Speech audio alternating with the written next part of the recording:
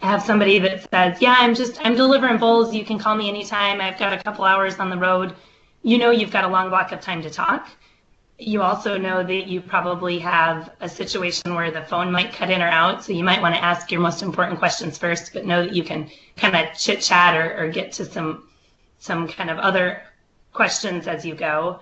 Versus if you're going to call a cattle feeder and you know that it's Monday morning and he's probably got cattle buyers in the yard and he's got calves coming in and he's got the yard help asking questions, you probably have 5 minutes, maybe 10 at best. So knowing your audience and knowing kind of what time constraints they're under is really helpful, and also trying to fit into those time constraints.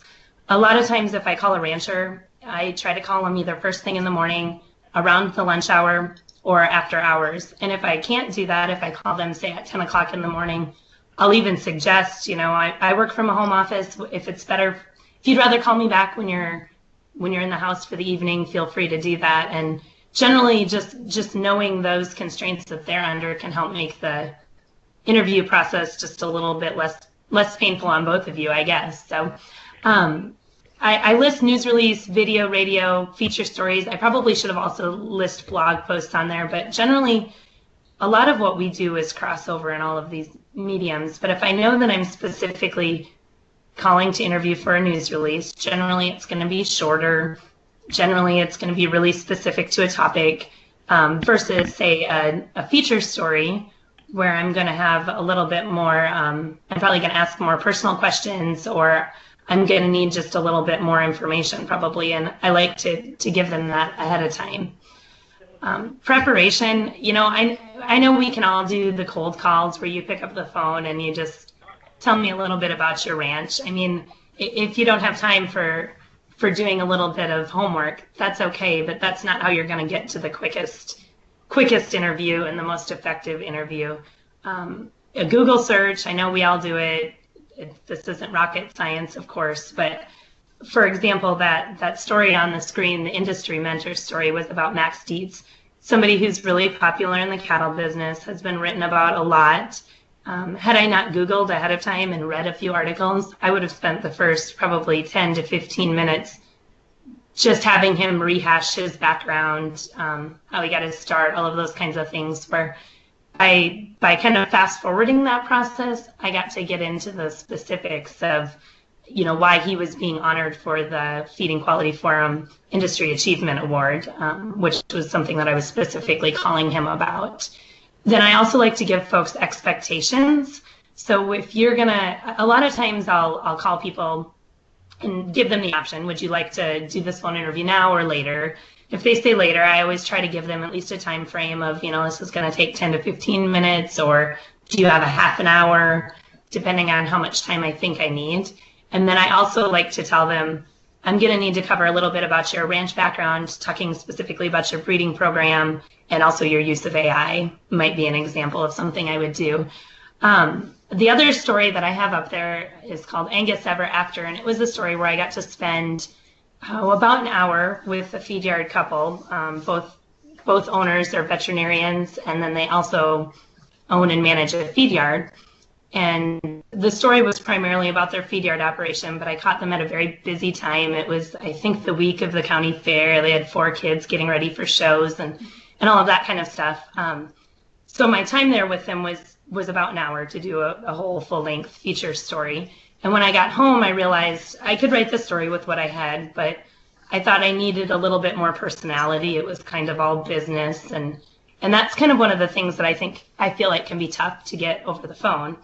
But knowing I needed that, I called back and I said, hey, June, I know that you're busy this week. If you've got 5 or 10 minutes, this is maybe going to be a really awkward interview, but I've got to get to these questions. And so some of the questions that I think I probably asked them were things like, you mentioned you were preparing for your wedding when you bought this feed yard. Tell me about that moment.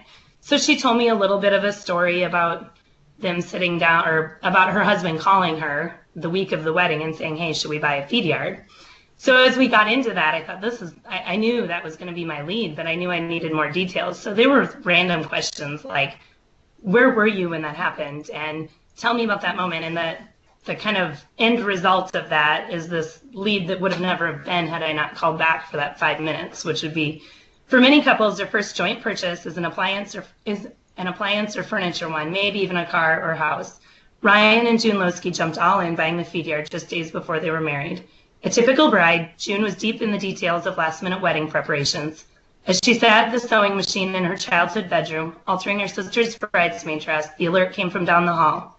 The phone's for you. She picked up the pink corded receiver that she'd used many times before and soon found herself in what was one of the most important conversations she'd have with her future husband. He said, "Do you want to buy a feed yard?" And then, of course, it goes into the story, which is very business focused, and it talks a lot about what they do there at the feed yard. But without that, my lead probably would have been something like, they bought this feed yard right before they got married, and you wouldn't have that detail and kind of the rich painting the picture of it. But that's just an example of how busy they were, and knowing that I needed to fit that in, I was going to just call and skip the niceties and the like, let's do this all in a perfect order kind of interview, and instead it was random questions, kind of rapid fire. So next slide. Then, because we said we were going to address this topic of knowing how to troubleshoot, I guess I have just a couple of different examples of if you have a source that's not opening up. I mean, the two basic things are either ask different questions or ask the same questions in a different way. I know we've all been guilty of sometimes saying like, so have you always aimed for quality cattle? Yes, comes the reply. And have you always used Angus? Yes. I mean, so then you've got to start thinking, okay, this isn't working. We need to instead say, do you remember a time do you remember what you were first focusing on when you started out your ranch? Do you remember the first set of cattle you got into your feed yard when you owned it? Those kind of questions they'll really be able to, if they start and they say, oh, we had this mongrel group and there was, 350-pound calves up to 750-pound calves, and they start telling you this story, then you can say, compare that to what you see when you look across your feed yard today. And that might help you paint a picture and also get them to open up just a little bit. I'm kind of speeding through this because I want to give us a chance to interact with each other. The off track, I kind of use the remind, redirect, and relent. Sometimes you can, if they start talking about, way back when Grandpa did this, and you can say, oh, that sounds like a really neat story, when they get done, but I want to know what you're doing today, and then you can kind of get to that. You can redirect if they start talking about, some people like to bring up their favorite bull a lot or things like that, and I'll say, we don't usually endorse just one breeder of the others, but if you want to kind of tell me a little bit about your general breeding philosophies, and so you kind of redirect. And then sometimes you relent if you realize that, hey, this person probably isn't going to talk about what I need them to talk about. So instead, I'm going to try and maybe find somebody else, or maybe I need to take the story a different direction. But one of the examples that's listed right there, I had a source that couldn't really tell me much more about the topic that I wanted, about this variability in the feed yard topic. And so I said, is there any chance you have any customers, it was a cattle feeder I was talking to, any customers who've maybe done a good job of limiting variability? Got a couple of other source names, and that source ended up kind of being the lead in the feature that illustrated the research I was trying to talk about. So anyway, these are all, that's kind of all real quick and the down and dirty of it, but that's basically some of the things that I do, and I'm looking forward to learning from some of you. So Angie, I'm kind of passing the baton off to you, and it's your turn. Well, actually, Doug. Doug, are you on? Yes. Doug. Can you hear me? Yep. Perfect. Okay. Yeah. Put the first slide up. Okay.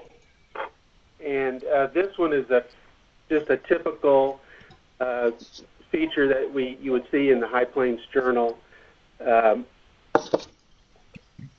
lot of the farmers and ranchers, at least that I interview, have not been interviewed before very much, and so they're a little bit nervous. And this guy was very nervous, even though we had met before I did the interview. And so typically with a lot of these, I like to ask a lot of easy questions right off the bat, just to get them talking and nodding their head yes, at least. And I'll ask them, how long have you lived here? How long have you been in business? Just simple things that they feel comfortable with, just to put them at ease. And I try to be specific with my questions. We typically always have an angle or something that we're looking for with these features. It may be for a particular issue. This one was for our stalker issue, so I had some things that I wanted to ask. I knew about his operation already, so I kind of had a direction to go.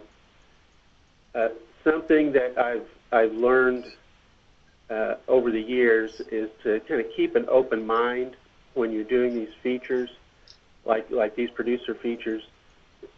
When you get there, he may say something that prompts your story to go in a new direction, or when you're out taking pictures, you may see something and you can tell right away that that's something that he's passionate about, and maybe that's a better story than what you had in mind when you came on the place that morning.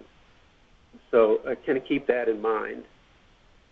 And something that I don't do very well, but I'm going to put it out there for the rest of you, don't hesitate to call back later after you go home if you have another question.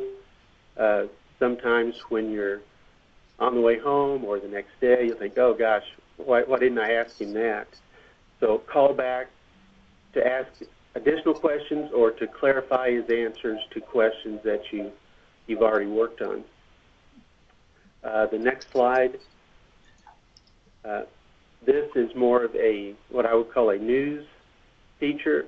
It was about a specific issue. This one was about the right to repair, and these were telephone interviews with experts on specific parts of this issue. So I don't typically do any kind of warm-up questions to get to know you, how you doing. You just get right to it. These people are used to being interviewed, and most of them don't have a lot of time. So I get very specific, pointed questions about what I'm looking for, and I get right to it. Next, the next slide. This is a video that I did to go with a feature for a High Plains Journal. I'm really just getting into doing videos. Most of the ones I do are to supplement feature stories, something to go on the web with the story. And I shoot these with my Canon Rebel E3i, and that's good for short clips, not recording a long interview. So I don't know if this is right or not, but I'm very, very specific when I do these interviews. I almost tell them what I want them to say. I'll set it up, and I'll say, this is what we talked about in our interview on this particular thing. I want you to repeat that. And then I may take several clips to make sure I get something that I can use. The one constant in all of these, I think it helps, is be specific, be focused, and I think you'll get better answers. That's it.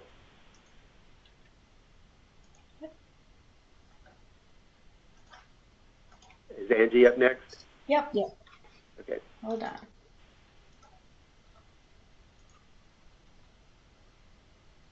Well, I'm excited to see the turnout that we have today, and look forward to having many more of these in the future. Don't forget that if you're new and didn't hear Jennifer's intro, the little bubble at the bottom, if you have questions or things that you're thinking about or anything, you can click on that and you have the conversation button open up, and you can type in there, and we can kind of see that and have that as we go along. Being the third person is kind of the hard person to be, because these guys have given you such great ideas, but I'll kind of go through my thoughts as I prepared for today. Like Miranda said, I think the first and most important thing, especially today, is to do your homework. 20-some years ago when I graduated from K-State, maybe it wasn't as easy to do your homework as it is today because of the internet and Google and everything. But I think it's very important to do your homework before you make the call or you travel to that location. Trying to come up with a different angle than what somebody else has already wrote about that person, or what you can find on their website, or just something unique about them. Those of you in breed associations, that's my experience. What I encourage you to talk to your fieldmen, talk to others that work in your association, and get stories about them and ideas, because if you go into an interview and you break the ice and you know a little bit about them, or able to visit with them, that'll make them not as nervous as you go into it. Some of them, I always offer to send pre-interview questions. Take the time to, it may not be every question that I'm going to ask, but if that makes them feel more comfortable, I'll put some thoughts on paper and email that to them so they can kind of be prepared for the questions that I'm going to ask. One example there, like the Mr. President on the right-hand side, that was a president profile that I did a few years ago, and Johnny, he was very concerned about what questions I was going to ask, and in an instance like that, I went and spent 2 days with him, so that's a big luxury. So I sent him questions ahead of time. He picked me up at the airport, and we had 2 days to get the interview done. So we spent the first half of the day driving to the ranch, just driving around looking at cattle. We took pictures. He got more comfortable. And that's when the story really came out, after he felt good. That night when we were back home after we had dinner with his wife and he was sitting in his recliner, that's when his personality really came out. So I know that's not a luxury we all have, to go stay with your interviewee at their house and spend 48 hours with them. But that you can do little things to make those type of things work for you. The time factor, that kind of plays into what I just explained about Johnny's story there. The Hereford genomics story, when Hereford came out with our Hereford EPDs, of course, that's very science-based, and our breeders had a lot of questions. And when the board made the decision to roll them out, I didn't have a whole lot of time to get that interview done and get that information pulled together. So it was one of those things, I did my homework, and you utilize the resources that were available to put a story together in a couple days. So, with the phone, I had to do some phone interviews with that. It's important to, with the science behind that, I did pull together lots of questions ahead of time and send to those producers, or to those scientists, Dorian, Garrick, and able to, so I could pull the right sound bites from him that then in turn write for our breeders to try to understand. If you could see that whole article, it was actually 5 pages, which I know is a little long, but there was, I did a glossary with different terms and really tried to explain to our breeders the basics of genomics and DNA testing. And we'll go to the next slide. Next thing is set the stage, and from that is build the trust. One thing that I've found through the years is if the breeder knows, in my instance, that I grew up on an operation, that I know how to tag calves, I know how to give shots, I've pulled a calf or two, they're a lot more willing to open up to you as well.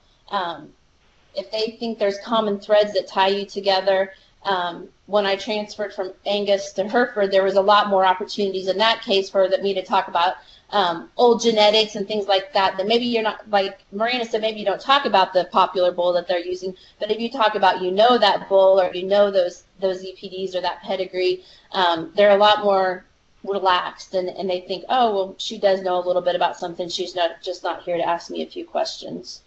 I always, to build that trust and set the stage, is I reassure them, for both when I worked at Angus and now at Hereford, that they will have an opportunity to review the story. I know that may not be the case for every publication, but I think it's very important when you're dealing with breeders and producers, member producers, like I was at those 2 organizations, that they're comfortable and confident that what we're going to publish about them is accurate, and that they're comfortable with what they see with their name behind it in our breed publications. And again, I think that just sets that trust and sets the groundwork for that interview. The last thing I wanted to touch on that Jennifer had mentioned is, as I've transitioned from the magazine to director of communications, I do a lot more now with video. I found that that's getting ready for those interviews is a little bit different, just like Doug said. You almost do have to prep them. Like, you ask them the questions. What I like to do if I have the time is I sit down with them and I almost interview them like I was doing a story on them, and you keep the camera rolling if that will work, and then get to some more pointed questions. And like for one example, I was doing some stuff for certified Hereford beef, and when you're talking, a lot of the times you might just say the program, or they're more generic in what they say. And when you're doing video, one thing that I've learned, and a little tip, is that you really need them to say that certified Hereford beef over and over again, or the American Hereford Association over and over again. You want them to reiterate that comment. Again, I think with letting the camera run and get them comfortable will make that video, when you're editing the video, more comfortable too, because they might be very, they don't like to think about being in video when you start that interview. And if you talk with them for a while and get them to get more comfortable, when you get to those nuggets that you're really trying to record at the end, they're hopefully a little bit more comfortable on air and open up to you. Those were kind of my main tips to share. I think the next step is to kind of ask questions and go from that. So Jennifer, I'll turn it back over to you. And again, thanks everybody for participating today. I hope this is the first step in a long going program. Yeah, great. Thank you. And I just wanted to clarify too, since this is new, in the side margins, feel free to ask questions, and that's great. I was kind of responding to Diane like, yep, I'll ask them when they're done talking, but I didn't want to slow up your questions. So feel free to ask questions. That's the point. But one of the questions that came up, Angie addressed and Miranda answered, but Doug, would you mind answering this one? Do you let all of your subjects review your stories before they go to print? And what are your feelings on that? Okay, yes. If I'm doing a producer interview and I have time before my deadline, I will send them a copy. And I ask specifically for them to check the spelling of their name and their quotes. I don't want them rewriting the story, which has happened before. If I'm doing a news type feature, unless it's really, really technical, I don't send those out to be double checked. But for a producer, I want them to be happy with it. It's a kind of a still. I think they feel good about having their picture on the cover of the High Plains Journal, and I want it to be a good experience. Yep. And I will share an example that one time I went to a feed yard where there were 3 brothers with the names Doug, Dennis, and Dwayne, and they are all about maybe 18 months apart in age, and they all dressed exactly the same that day in the same windbreaker. The only thing that was different were the hats that they were wearing. So when I was taking notes, it was really difficult because normally if I have multiple sources in my notes, I just quickly write like initials or something. They all sounded the same on my recording. So when I got back and I was putting the story together, and one of the wives worked at the feed yard, I had written the story up, I sent it off for review, and here I had the wrong wife married to the wrong brother. And so I was very grateful that we have a policy where we let the sources review their stories, and that didn't go to print with, the wrong wife with the wrong brother. That would have been highly embarrassing. So like Doug says, I try to make it known in my email. I'll say, here's the email. Let me know if there are any changes that need to be made or if everything's accurate as is. I mean, I've learned that if I invite changes, if I say, let me know if you want me to make any changes, that sounds a lot different than if you word it, let me know if there's any inaccuracies that I need to correct. And then it doesn't sound quite so much as an invitation for rewriting, because as Doug says, you do get those sometimes. So what do you do? And Sarah, go on. I was just going to say, what do you do if they want to make changes that you don't like? I'll often say thanks for the suggestions. I'll my editor and I will discuss these. a lot of times, I kind of joked in the side margin there, and I know Steve is on, but a lot of times I blame Steve. I'll let Steve review these. I think you're okay with that, right, Steve? Yeah, if I have a request like that and it's something, then I just say, well, I'm going to turn that over to my editor. Exactly. Yeah, make use of us. Well, when I was editor, I guess I couldn't blame myself, but Sarah is on here, and Sarah Gugelmeyer, which was one of my assistant editors that wrote for me, that is sure what she could have done, is she could have blamed me. And I guess what I do is, the main thing is I want you to check the accuracy of your quotes. Are these exact, is this exact, and make sure everything is factual. If they came back and wanted to change the content or the focus, I tried to talk them through it and work with them. Hopefully that doesn't happen very much for any of us, but I think hopefully they would understand why you wouldn't want to change it. Yeah. I saw another question over there in the margin, Jennifer. I don't know if you saw that. Yep. Okay. Yep. And I'm just going to repeat them just because I'm afraid that some people are not seeing the web part of it and are just calling in and listening. So I'll just repeat it. But one of them, somebody mentioned that they really like the "Do you remember the first comparison to today" question. And so their question is for anybody, so other people on the call, feel free to chime in too. What are some of your unique go-to redirect questions? One that Steve taught me early on was if somebody was getting really technical, even if I understood it, but let's say I didn't understand it, if somebody's getting way technical in a sciencey story, a good redirect is, could you maybe explain that in a way that your average person could understand? Or you might even say, hey, if you were chatting about this subject with a seventh grader, what would you tell them about this? So I use that a lot. Or to get them to go to the heart of the story, the same thing, like if you were going to tell your mom about this, what would you want her to know about this new scientific procedure or whatever? So Yeah, that actually works pretty good when you're writing it too. If you're a writer that doesn't have much experience yet, we a lot of times also take that approach. Exactly. Anybody else? I'm sure there's other good questions out there.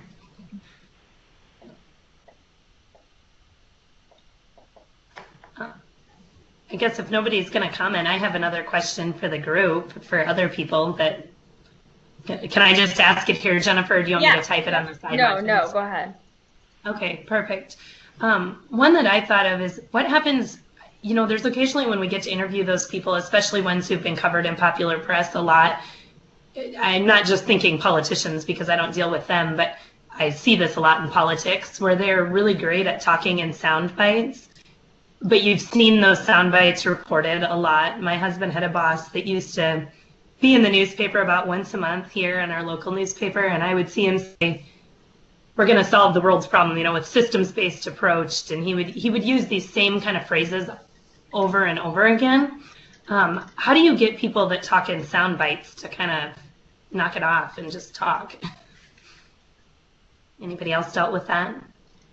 Well, I think you just if they're using those same bites over and over, pick one term or one part of it and say, okay, explain that part to me.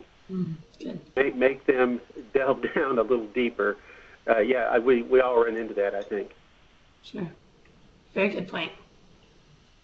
I don't know if this answers your question specifically, but one thing I like to do when I'm having a hard time getting the interview going or they're not answering the questions I want, sometimes I refer to that coffee shop. So what did you talk to your friends at the coffee shop this week, and get that might make them laugh or think of their fun times in the coffee shop or something like that. So that sometimes I refer to that, example, at the coffee shop or at the sale barn in the restaurant. What was the talk this week or something to just kind of get them relaxed and try to get them back on track. One of the things that I was thinking is I've had to cover quite a bit of hard science, like science that makes me feel really stupid, and I thought I understood science fairly well. And so coming here to the university and getting into those types of stories, one of the things that really helped me be able to break that science down for readers and make it very understandable was just like asking the question 3 different ways. So, I mean, I don't know that I always had a great, the same redirect question, but I would find a way to be like, okay, and then I would just ask it later on in the interview and maybe one more time. And, by the 3rd time I said, now I know you've discussed this, but just help me make sure I'm understanding it one more time. And I feel like when they kind of repeat themselves, eventually they get it out in like the best way. And maybe the 2nd time they answer it might be the 1st, but sometimes it's the last way, so.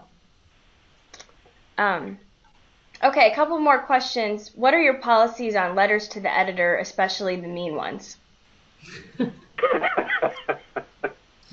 It's mean ones. I'm not sure what you mean by what's our policy about mean ones. Our policy is the same for all of them. It just happens that some of them are mean. Yeah, I think she'd like to know what's your policy on them. Well, if you write a letter to the editor, you have to put your name on it. You can't write a letter and keep yourself anonymous. You have to put your name and if you have an affiliation. Sure. Back when I was an editor of a publication, we wouldn't necessarily publish every letter to the editor. It has to be relevant or make some point. It can't just be a put down of the writer. Yep.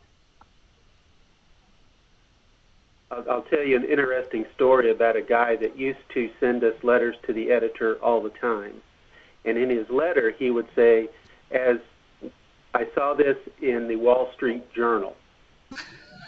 Well, what he was doing, he was writing a letter to the Wall Street Journal and then telling us, I read this in the Wall Street Journal to give it more substance, and we finally caught on to that, and we stopped using his letters. Mm-hmm.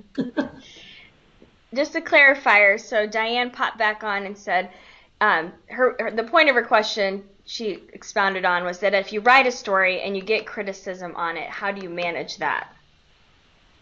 I think it depends on if the criticism is valid or not. I mean, if there was something that came up that said, hey, you missed this point, I mean, maybe it's a little different for us because we don't have a publication that's our own, but maybe we say, oh, shoot, you're right. We haven't written a lot about this side of the issue or this side of the topic.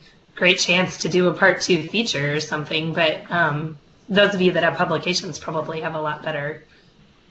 I mean, I guess, and then have thick skin besides that. Not everybody's going to agree with you all the time. And when I've gotten criticism before, I've a lot of times realized that the criticism was more on the information that was provided, not on me as a writer. And, I'm just the conduit for information here. If they want to take issue with what these really smart people that I interviewed said, then they should probably go direct to the source.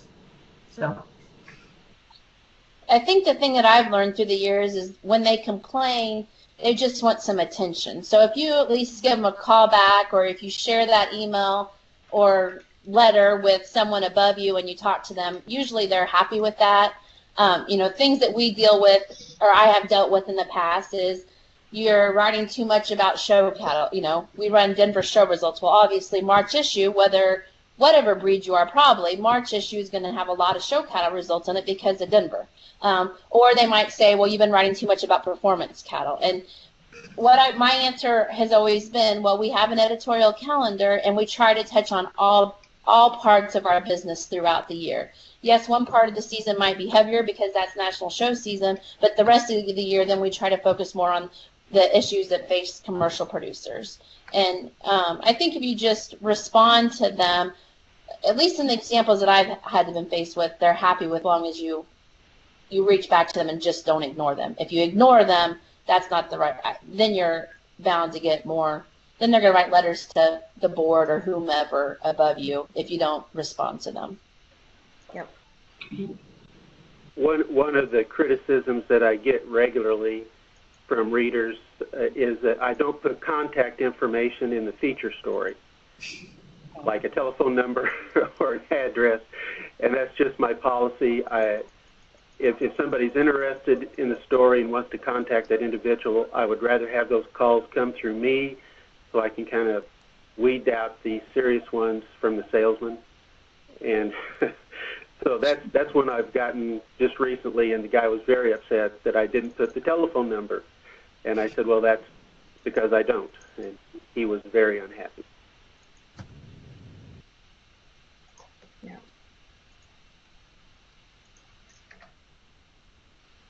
Did that work? No. Sorry. Any other questions? We have about 5 minutes left. I see a lot of great writers that I admire on this call, so we really appreciate you guys joining us. Do you guys have anything that you'd like to add from the crowd too? Because we want this to be a chat where we have a bit of a focus, but also if you guys want to throw in some tips or thoughts, we'd love to hear it. Just unmute yourself if you want to.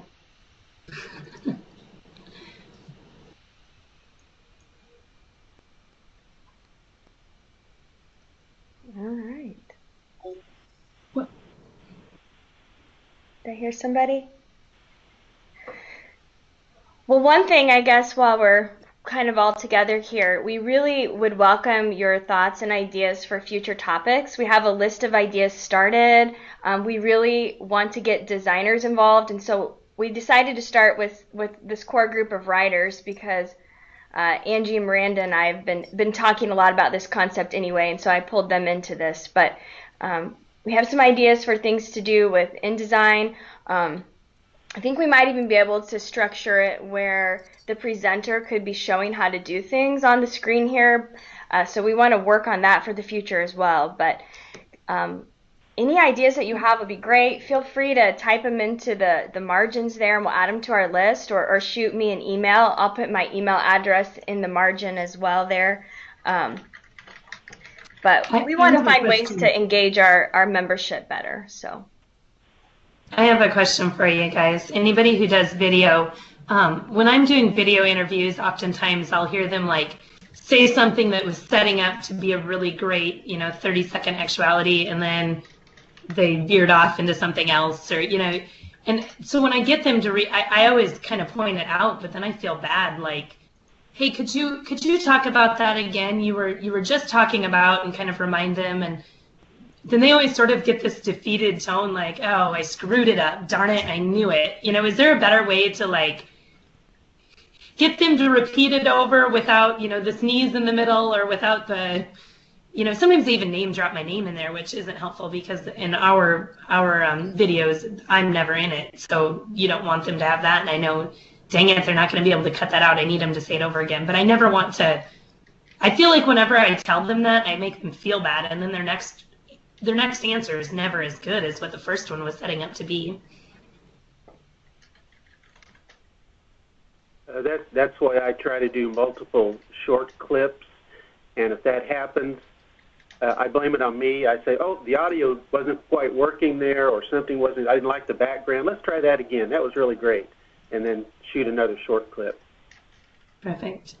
Kendra, I like that too. Thank you for the affirmation of letting them know what they said was great. And that's a good point, because most of these people I interview aren't used to being on video. So. Yeah, I think that's right, Doug, and just reaffirm to them that what they've said is great, and blame yourself, like, oh, that wasn't right, or the background, do something, blame it on you, and then they'll feel good. Sure.